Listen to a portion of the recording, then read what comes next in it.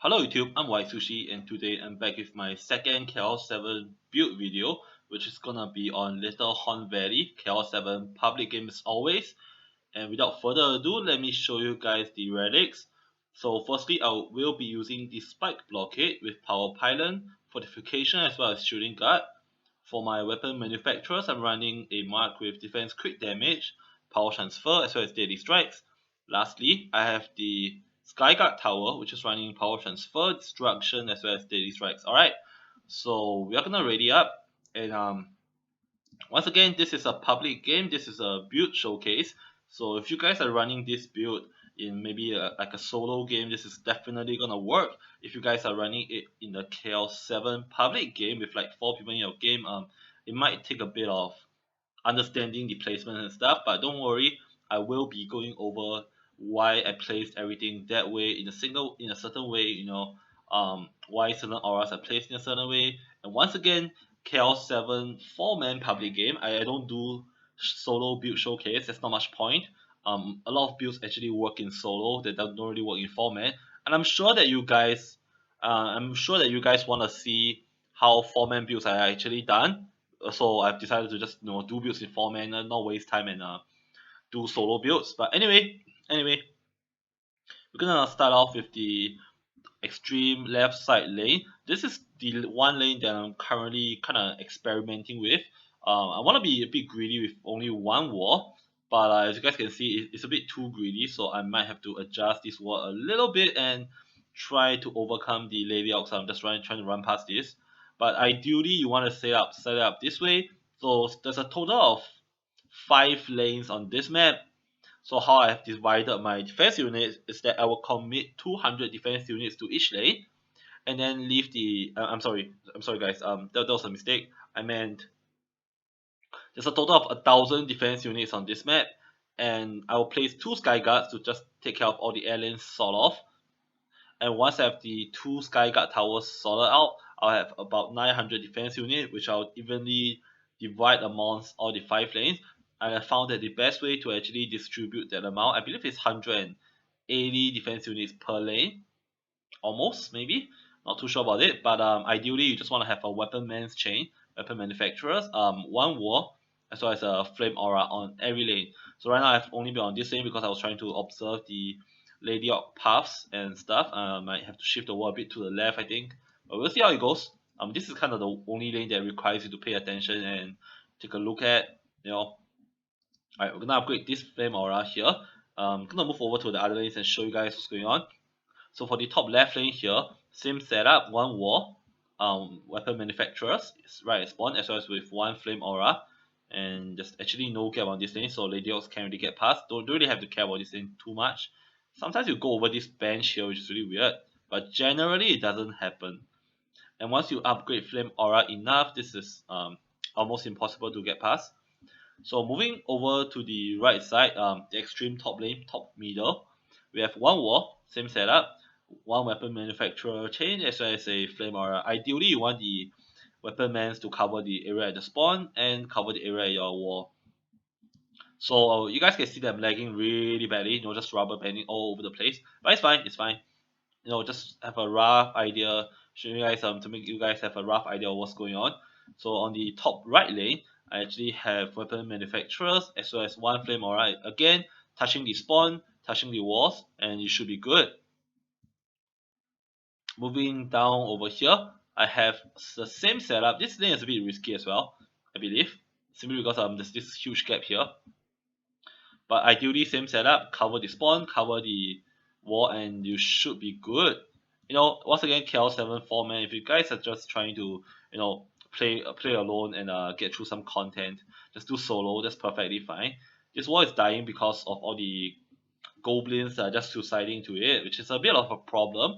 I used to wall back here, but then if I wall back here, I can't get full value out of my auras, which is why I've decided to kind of just push my build up.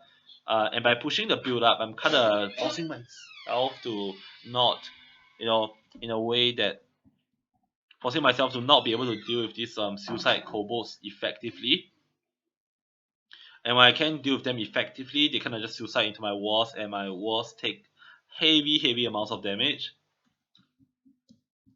But yeah, as long as you guys watch this lane, it should be fine. And of course, if you are trying to just do solo once again, if you're doing solo, this is definitely gonna work.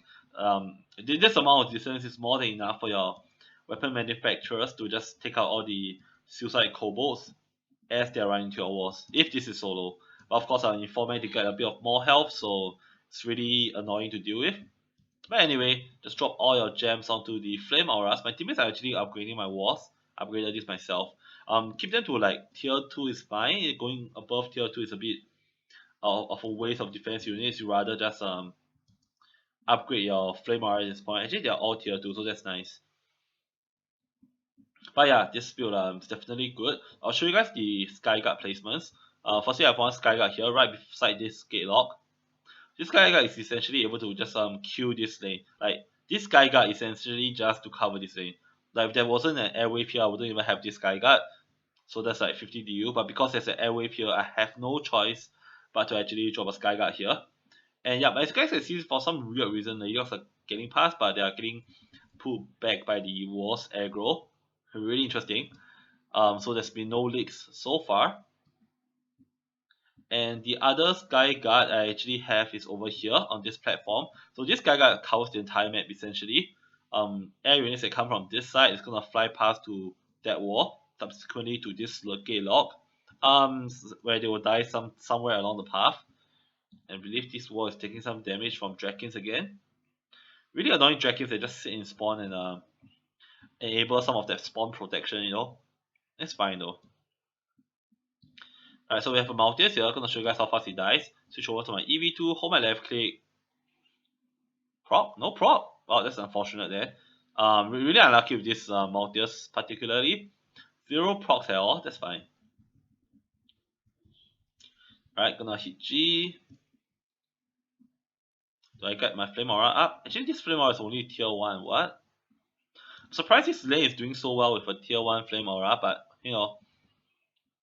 would you say this build is AFK? I don't think this build is an AFK build. If you're doing it in solo, this is definitely an AFK build.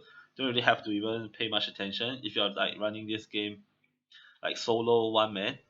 But if you're trying to do it with like 4 people, 3 people, 3 other people in your game, you kind of have to walk around and repair your left side wall, which is the extreme left side, and upgrade your flame auras. And to be honest, that's about it. Most bosses just die naturally, except for siege rollers as well as Maltese. Like Maltese as well is one of those like Drakins, he sits on spawn and enjoys that spawn protection.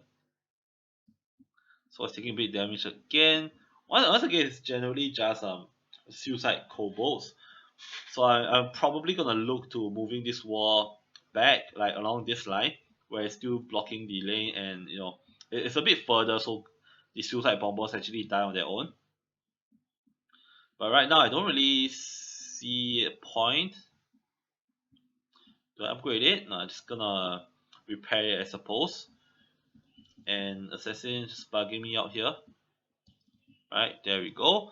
I'm gonna head over here and show you guys how fast I kill the siege roller.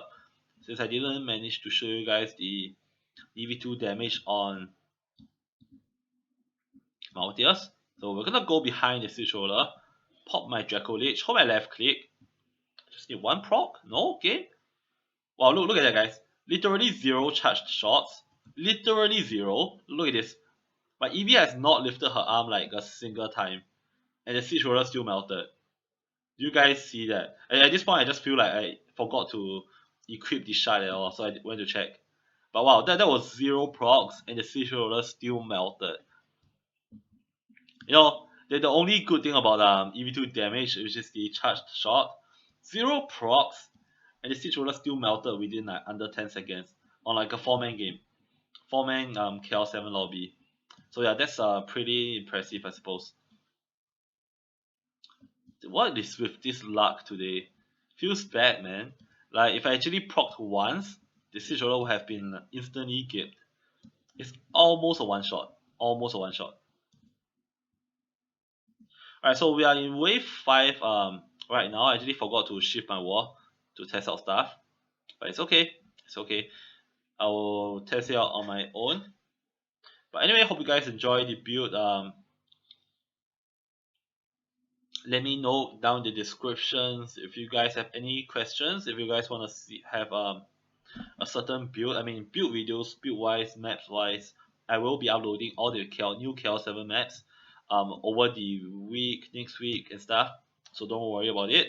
If you guys have any other requests, like if you want to see certain builds, certain character builds, for example, certain challenge builds, let me know in the comment section. Otherwise, if you like this video, give it a thumbs up, subscribe to my YouTube channel, check out my Twitch link down in the description. I also have an all-in-one guide, which most of you probably know me from there. It's basically like an all-in-one guide that tells you where everything is, some tier list and all this cool stuff. I'm really unlucky today, guys. Damn, I've not gotten a single charged shot proc today, even though it's a 15% chance, and most of the time it even procs more than that. So, oh well, really unlucky. Can't show you guys the full potential of this thing. That's a very good weapon, by the way. Perfect weapon for damage monk, like just right click. But anyway, hope you guys like this video, and I'll see you guys next time.